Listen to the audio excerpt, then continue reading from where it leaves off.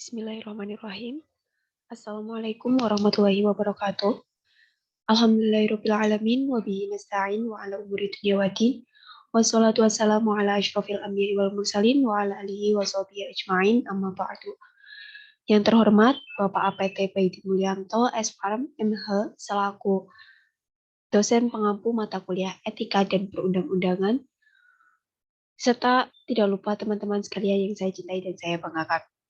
Puji syukur kehadirat Allah Subhanahu wa Ta'ala, sehingga pada kesempatan kali ini saya dapat mempresentasikan hasil belajar atau hasil review materi terkait dengan perjanjian.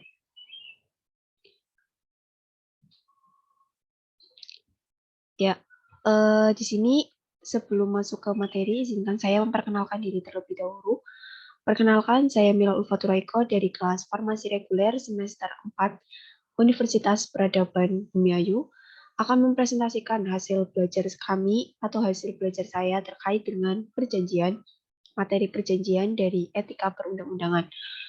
Nah, untuk perjanjian sendiri merupakan salah satu sumber hubungan hukum perikatan yang diadakan oleh dua orang atau lebih, dan pada KUHP atau KUH Perdata pasal 1313 KUH juga dijelaskan secara umum menyebutkan bahwa perjanjian merupakan suatu hubungan antara dua orang yang membuatnya, yang mana jika dilihat dari bentuknya, perjanjian itu dapat berupa suatu perikatan yang mengandung janji-janji atau kesanggupan yang diucapkan atau ditulis.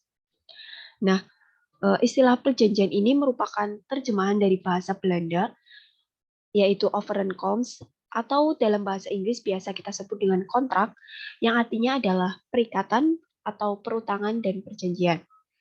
Pengertian perjanjian sendiri berdasarkan KUH Perdata bab 3, buku 3 bab 2 pada pasal 1313 yang menyebutkan bahwa satu perjanjian itu merupakan satu perbuatan yang mana satu orang atau lebih mengikatkan dirinya terhadap satu orang atau lebih.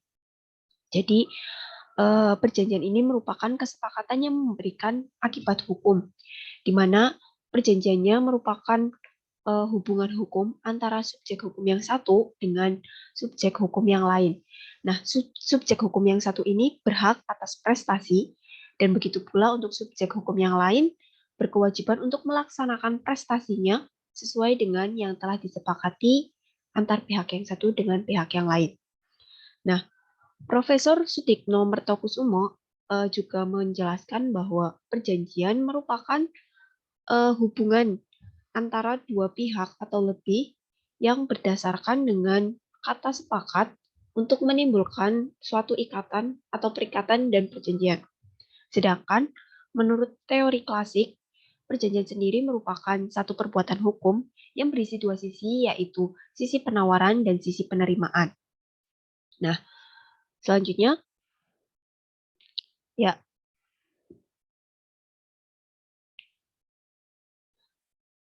selanjutnya ada jenis-jenis perjanjian.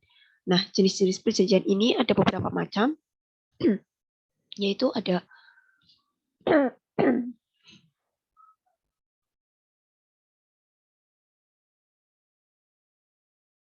ya, jenis-jenis perjanjian ini ada beberapa macam, yaitu perjanjian timbal balik dan sepihak, perjanjian percuma dan dengan atas hak yang membebani, perjanjian bernama dan tidak bernama, perjanjian kebendaan dan obligator, serta perjanjian konsensual dan real. Nah, jenis-jenis perjanjian ini merupakan perjanjian. Yang pertama itu ada perjanjian timbal balik atau perjanjian sepihak, di mana perjanjian timbal balik atau sepihak ini merupakan perjanjian yang menimbulkan kewajiban pokok bagi kedua belah pihak, misalnya dalam perjanjian jual beli. Jadi perjanjian ini ada kewajiban bagi kedua belah pihaknya. Misalkan pihak yang satu, pihak pembeli, berkewajiban untuk memilih barang yang sesuai dan berkewajiban untuk membayarnya. Sedangkan untuk penjualnya berkewajiban untuk memilihkan atau menawarkan barang yang baik atau bagus untuk diperjualbelikan dan memiliki hak untuk menerima pembayaran dari pembelinya. Seperti itu. Nah, kemudian yang kedua itu ada perjanjian percuma dan dengan atas hak yang membebani. Untuk perjanjian cuma-cuma dan perjanjian atas beban ini, perjanjian dengan cuma-cuma merupakan perjanjian yang memberikan keuntungan bagi salah satu pihak saja. Misalnya pada kasus hibah. Jadi pada kasus hibah ini perjanjiannya yaitu seseorang memberikan barang secara cuma-cuma kepada pihak yang diberikan hibahnya. Jadi hanya memberikan keuntungan bagi salah satu pihak saja. Nah, untuk perjanjian atas beban, yaitu perjanjian di mana prestasi dari pihak yang satu merupakan kontra atau kebalikan prestasi dari pihak yang lain. Sehingga antara kedua prestasi itu ada hubungannya menurut hukum. Kemudian, untuk jenis perjanjian yang ketiga itu ada perjanjian bernama dan perjanjian tidak bernama. Perjanjian bernama dalam bahasa Belanda disebut dengan Benom dan perjanjian tidak bernama disebut sebagai Onbenom Overeenkomst. Nah, perjanjian bernama merupakan perjanjian khusus di mana perjanjian ini mempunyai nama sendiri. Maksudnya, perjanjian tersebut diatur dan diberi nama oleh pembentuk undang-undang berdasarkan tipe yang paling banyak terjadi sehari-hari. Nah, perjanjian bernama ini diatur dalam KUHP bab ke-5 sampai dengan bab ke-18 KUH Perdata dan untuk perjanjian tidak bernama atau biasa disebut dengan on-benom overeenkomst merupakan perjanjian-perjanjian yang tidak diatur dalam KUH Perdata, tetapi terdapat dalam masyarakat. Perjanjian ini seperti perjanjian pemasaran, perjanjian kerjasama, yang mana di dalam prakteknya perjanjian ini lahir berdasarkan asas kebebasan berkontrak mengadakan perjanjian. Jadi, pada perjanjian bernama, perjanjian ini diberi nama atau tercantum dalam KUH Perdata. Contohnya, untuk perjanjian bernama ini akan ada nama-namanya atau ketentuannya di dalam KUH Perdata. Sedangkan untuk perjanjian yang tidak bernama, perjanjian ini hanya disepakati di masyarakat, biasanya beredar di masyarakat, dan tidak ada aturan khusus yang menjelaskan nama atau aturan secara rinci dalam suatu perundangan seperti KUHP. Kemudian untuk perjanjian yang keempat, yaitu ada perjanjian kebendaan dan obligator. Nah, perjanjian obligator dan kebendaan ini, untuk perjanjian obligator merupakan perjanjian di mana pihak yang satu dengan pihak yang lain sepakat mengikatkan diri dalam melakukan penyerahan suatu benda kepada pihak lain, di mana perjanjian ini menimbulkan suatu ikatan. Sedangkan pada perjanjian kebendaan, perjanjian yang mana seseorang menyerahkan haknya atas sesuatu benda kepada pihak yang lain dan membebankan kewajiban pihak itu untuk menyerahkan benda tersebut kepada pihak yang lain.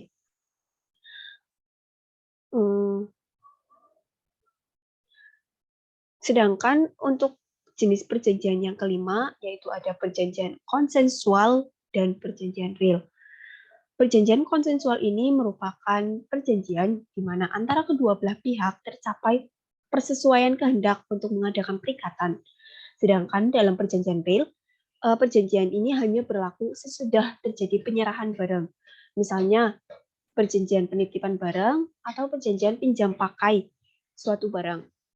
Kemudian dalam suatu perjanjian juga dikenal adanya unsur-unsur dalam perjanjian itu sendiri.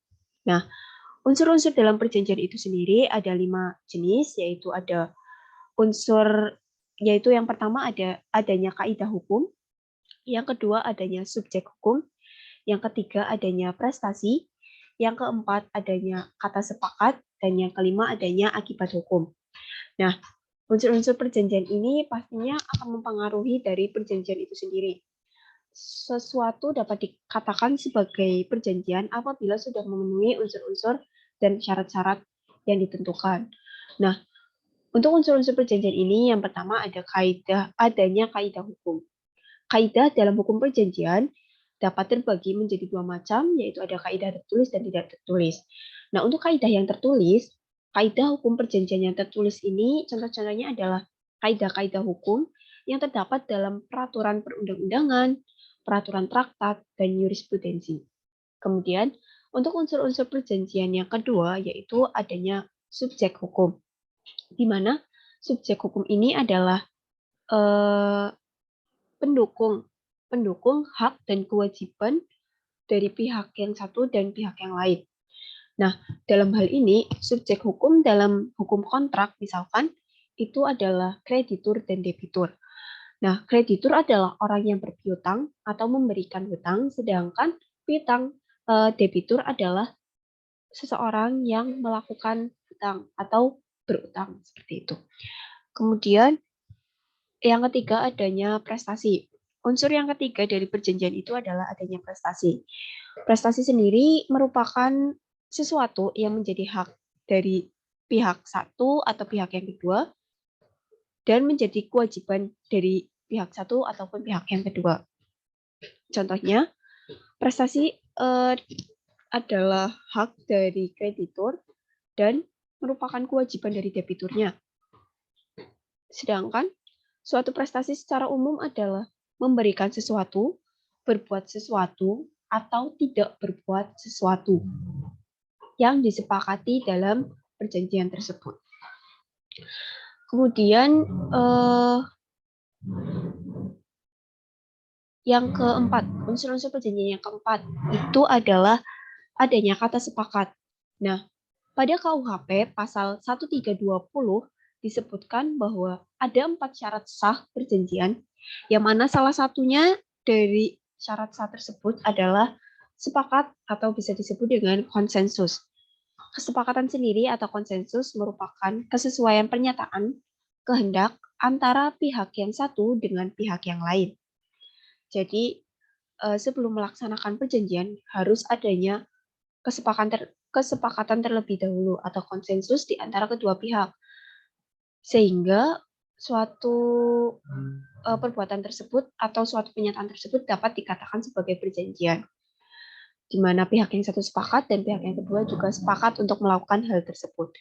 Kemudian, untuk unsur-unsur perjanjian yang kelima, yaitu adanya akibat hukum. Nah, akibat hukum ini merupakan timbulnya hak dan kewajiban bagi pihak yang satu dengan pihak yang lain, di mana setiap perjanjian yang dibuat oleh para pihak akan menimbulkan akibat dari hukumnya. Seseorang yang melanggar perjanjian akan dikenai hukuman apa dan akan diberikan sanksi seperti apa. Nah, itu merupakan unsur-unsur dari perjanjian.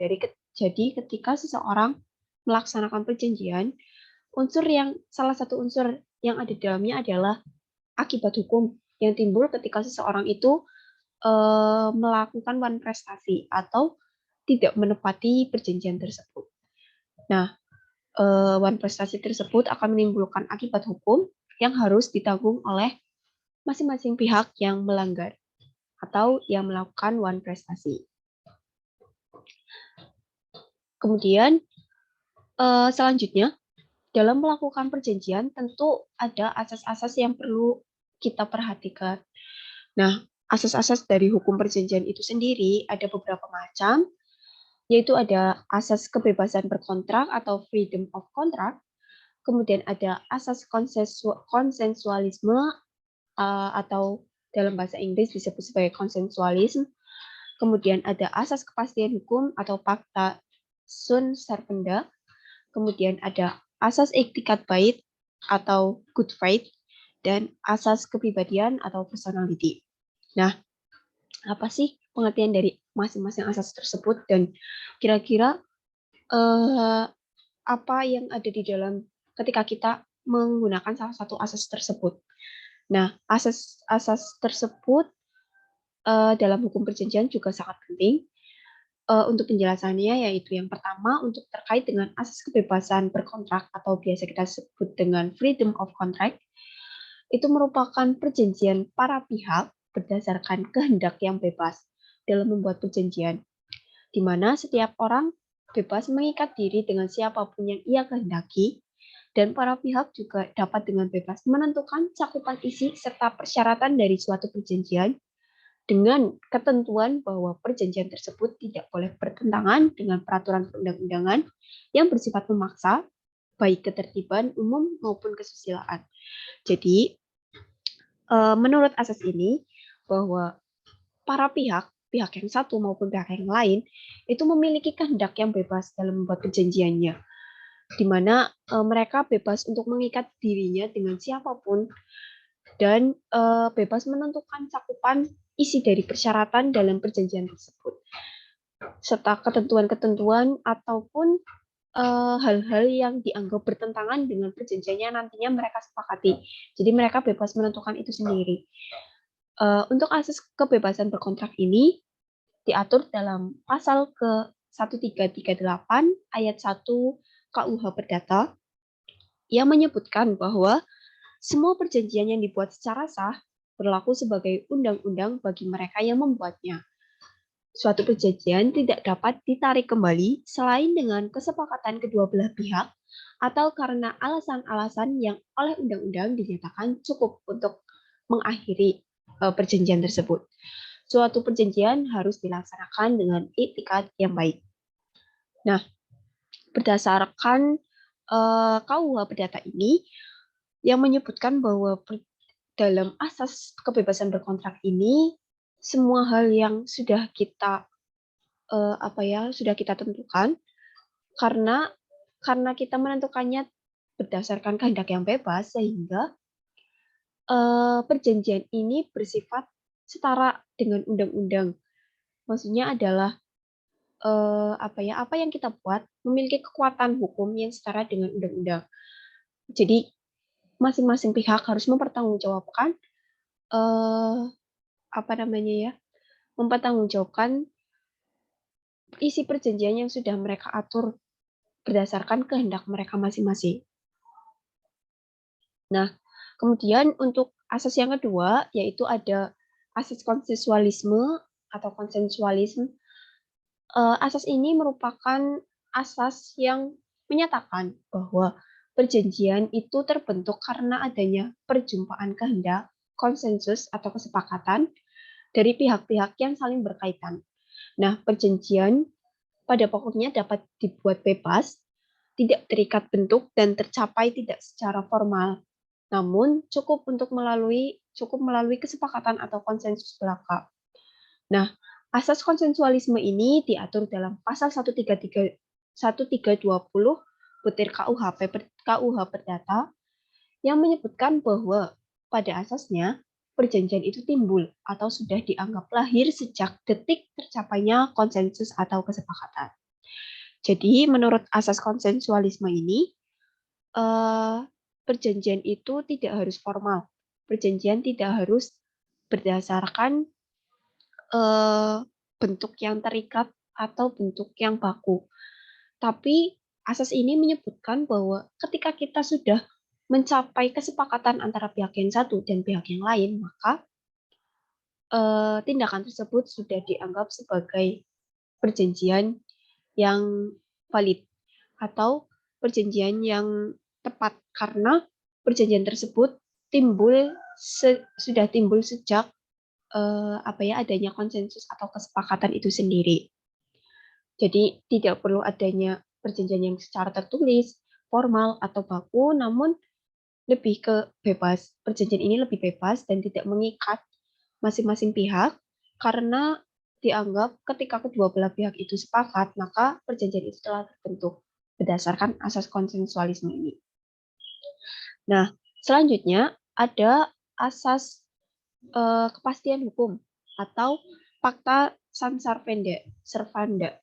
Nah, asas kepastian hukum ini menyebutkan bahwa suatu kontrak yang dibuat secara sah oleh para pihak akan mengikat para pihak tersebut secara penuh sesuai dengan isi kontrak tersebut, di mana hukum kekuatannya sama dengan kekuatan mengikat undang-undang. Nah, asas ini tercantum dalam pasal 1338 ayat 1 KUH Perdata yang berbunyi bahwa semua perjanjian yang dibuat secara sah berlaku sebagai undang-undang bagi mereka yang membuatnya. Dalam hal ini, menurut asas dari asas kepastian hukum ini, maka dapat diketahui bahwa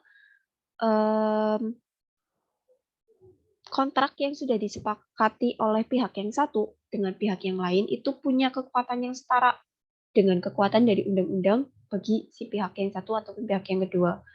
Jadi tidak bisa serta-merta mengabaikan perjanjian yang sudah dibuat karena kesepakatan tersebut punya kekuatan yang setara dengan undang-undang yang sudah ada di pemerintah atau di negaranya seperti itu. Kemudian untuk asas hukum perjanjian selanjutnya yaitu ada asas itikat baik atau biasa kita sebut dengan good faith. Nah, asas itikat baik ini mempunyai dua pengertian yaitu itikat baik secara subjektif dan itikat baik secara objektif. Asas itikat baik dalam pengertian subjektif atau itikat baik subjektif dapat diartikan sebagai sikap jujur dan keterbukaan seseorang dalam melakukan suatu perbuatan hukum.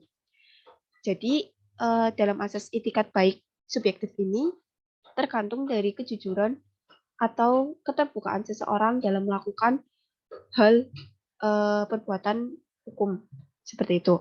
Nah, untuk itikat baik yang dalam arti objektif atau itikat baik objektif itu berarti bahwa suatu perjanjian yang sudah dibuat harus dilaksanakan dengan mengindahkan norma-norma kepatuhan dan kesusilaan atau perjanjian tersebut dilaksanakan dengan apa yang dirasakan sesuai dalam masyarakat dan keadilan. Nah, mengenai asas itikat baik dalam perjanjian ini ditegaskan dalam pasal 1338 ayat ketiga KUH Perdata yang menyebutkan bahwa perjanjian itu harus dilakukan dengan itikat yang baik. Kemudian untuk asas yang terakhir yaitu ada asas personalia atau kepribadian. Nah, asas personalia atau kepribadian dalam bahasa Inggris disebut sebagai personality merupakan asas yang menyebutkan bahwa pada dasarnya suatu perjanjian yang dibuat oleh seseorang dalam kapasitasnya sebagai individu, subjek hukum pribadi, hanya akan berlaku dan mengikat untuk dirinya sendiri. Asas personalia ini diatur pada ketentuan pasal 1131 KUH Perdata yang berbunyi bahwa segala kebendaan milik debitur, baik yang bergerak maupun yang tidak bergerak, baik yang sudah ada maupun yang baru ada di kemudian hari, menjadi tanggungan untuk segala perikatan seseorang. Jadi, asas ini adalah perjanjian sebagai individu atau subjek hukum pribadi, yang mana kekuatan hukumnya hanya berlaku dan mengikat untuk dirinya sendiri. Kemudian, untuk perjanjian sendiri juga ada syarat sah dalam perjanjiannya, syarat-syarat yang harus terpenuhi agar perjanjian tersebut dianggap sah secara hukum, yaitu ada kesepakatan, sepakat, kemudian ada cakap, ada suatu hal tertentu, dan ada sebab yang halal atau kausa yang halal. Nah, syarat sah dari hukum perjanjian ini diatur dalam pasal 1320 KUH Perdata yang mana pada pasal 1320 KUH Perdata ini pemerintah menyebutkan atau menentukan bahwa ada 4 syarat sah suatu perjanjian, yaitu yang pertama adanya kata sepakat bagi mereka yang mengikat dirinya. Kemudian yang kedua yaitu ada kecakapan para pihak untuk membuat suatu perikatan. Dan yang ketiga ada suatu hal tertentu dan yang keempat ada suatu sebab atau kausa yang halal. Nah, untuk yang pertama sepakat. Nah, sepakat ini merupakan pertemuan atau persesuaian kehendak antara para pihak di dalam perjanjian, yang mana seseorang dikatakan memberikan persetujuannya atau kesepakatannya jika ia memang menghendaki apa yang disepakati. Pernyataan pihak yang menawarkan dinamakan sebagai tawaran atau offer, sedangkan pernyataan pihak yang menerima penawaran disebut sebagai akseptasi. Suatu perjanjian dapat mengandung cacat hukum atau kata sepakatnya dianggap tidak ada jika terjadi hal-hal seperti paksaan, penipuan, kesesatan atau kekeliruan, dan penyalahgunaan keadaan. Jadi, seseorang ketika melaksanakan perjanjian, perjanjian tersebut bisa dianggap tidak ada atau tidak berlaku karena adanya paksaan, entah itu paksaan dari pihak luar ataupun dari pihak internal. Intinya dari kedua pihak tersebut sama-sama mengalami paksaan atau salah satu pihak dipaksa oleh pihak yang lainnya. Atau terjadi penipuan, kesesatan, atau kekeliruan, dan penyalahgunaan dari keadaan yang ada. Sehingga pihak yang satu terpaksa untuk menyepakati perjanjian tersebut. Jadi perjanjian tersebut tidak sah karena 4 hal tersebut. Kemudian yang kedua adalah cakap, di mana cakap itu merupakan syarat sahnya seseorang dalam melakukan perjanjian. Seseorang itu harus cukup cakap, cukup dewasa, dan tidak dalam pengampuan, sehingga ia bisa melaksanakan perjanjian dengan pihak yang lain secara sah. Di mana dalam pasal 1330 menyatakan bahwa ada beberapa orang yang tidak cakap untuk membuat perjanjian, yakni yang pertama, orang yang belum dewasa, di mana dalam pasal 330 KUH Perdata disebutkan bahwa seseorang dikatakan dewasa jika telah berumur 21 tahun atau berumur kurang dari 21 tahun tetapi telah menikah. Kemudian yang kedua adalah mereka yang ditaruh di bawah pengakuan, dan yang ketiga adalah orang-orang perempuan dalam pernikahan. Nah, untuk poin yang ketiga sendiri, untuk perempuan yang dalam pernikahan, ada Undang-Undang Nomor 1 Tahun 1974 Pasal 31 Ayat 2 yang menyebutkan bahwa perempuan dalam perkawinan dapat dianggap sebagai seseorang yang cakap hukum. Nah, kemudian yang ketiga adalah adanya suatu hal tertentu. Nah, syarat sahnya perjanjian yang ketiga adalah adanya suatu hal tertentu. Yang dimaksud dengan suatu hal tertentu dalam perjanjian adalah objek prestasi perjanjian, di mana isi prestasi tersebut harus tertentu atau paling sedikit dapat ditentukan jenisnya. Kemudian, yang keempat ada sebab yang halal atau kausa yang halal. Kausa yang halal ini mengacu pada isi dan tujuan perjanjian itu sendiri. Misalnya, dalam perjanjian jual beli, isi dan tujuan atau kausanya adalah pihak yang satu menghendaki hak milik suatu barang, sedangkan pihak yang lain menghendaki uang. Nah, persyaratan-persyaratan ini saling berkenaan baik mengenai subjek maupun objek perjanjiannya. Nah, persyaratan yang pertama dan kedua, yaitu sepakat dan cakap, merupakan berkenaan dengan subjek dari perjanjian atau disebut sebagai syarat subjektif. Sepakat dan cakap merupakan syarat subjektif. Sedangkan persyaratan yang ketiga dan keempat, yaitu suatu hal tertentu dan sebab yang halal, merupakan persyaratan yang berkenaan dengan objek perjanjian atau biasa disebut sebagai syarat objektif. Nah, apabila syarat objektif dalam perjanjian tidak terpenuhi, maka perjanjian tersebut dapat dianggap batal demi hukum, atau perjanjian yang sejak semula sudah batal, maka hukum tersebut menganggap bahwa perjanjian tersebut tidak pernah ada. Apabila syarat objektif tidak terpenuhi, maka perjanjian tersebut dapat dibatalkan. Atau sepanjang perjanjian tersebut belum atau tidak dibatalkan oleh pengadilan, maka perjanjian yang bersangkutan masih terus berlaku. Dalam hal ini berarti ketika seseorang tidak melakukan 4 syarat sah ini, maka pihak atau perjanjian tersebut tidak dapat dilaksanakan karena memang syarat sahnya 4-4-nya tidak dilaksanakan. Nah, sedangkan untuk orang-orang yang melaksanakan hanya syarat yang pertama dan kedua, yaitu syarat yang sepakat dan cakap, maka seseorang tersebut masih bisa ketika hanya melakukan persyaratan yang 1 dan 2 sepakat dan cakap, maka persyaratan tersebut batal atau perjanjian tersebut belum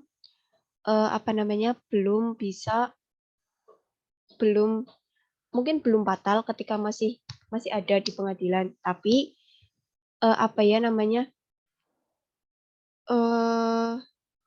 karena tidak melakukan suatu hal yang tertentu atau sebab yang halal, jadi persyaratan tersebut dianggap tidak pernah ada. Karena tidak melakukan persyaratan yang ketiga dan empat, hanya melakukan persyaratan yang ke satu dan dua. Sedangkan ketika seseorang hanya melakukan persyaratan yang ketiga dan keempat, tidak melakukan persyaratan berupa sepakat dan cakap, maka seseorang masih bisa melakukan perjanjian tersebut atau melanjutkan perjanjian tersebut selama perjanjian tersebut di antara kedua belah pihak masih berlaku. Jadi pada intinya, seseorang yang tidak melakukan persyaratan satu dan dua masih bisa melakukan persyaratan tergantung dari kesepakatan kedua belah pihak. Sedangkan seseorang yang tidak melakukan syarat yang ketiga dan keempat, maka perjanjian tersebut dianggap gugur atau tidak pernah ada dalam pengadilan. Seperti itu. Nah, mungkin itu saja yang dapat saya sampaikan atau saya jelaskan terkait dengan materi etika perundang-undangan berkaitan dengan perjanjian ini. Saya selaku pemateri yang mereview atau belajar terkait dengan materi ini memohon maaf yang sebesar-besarnya apabila dalam penyampaian atau penyampaian dan dari segi materi masih banyak yang salah. Saya sendiri memohon maaf yang sebesar-besarnya kepada berbagai belah pihak. Karena di sini saya sendiri juga masih belajar dan masih butuh banyak bimbingan. Kurang lebihnya, saya selaku pemateri memohon maaf yang sebesar-besarnya. Semoga apa yang disampaikan dapat bermanfaat bagi banyak orang. Wabillahi taufiq wal hidayah. Wassalamualaikum warahmatullahi wabarakatuh.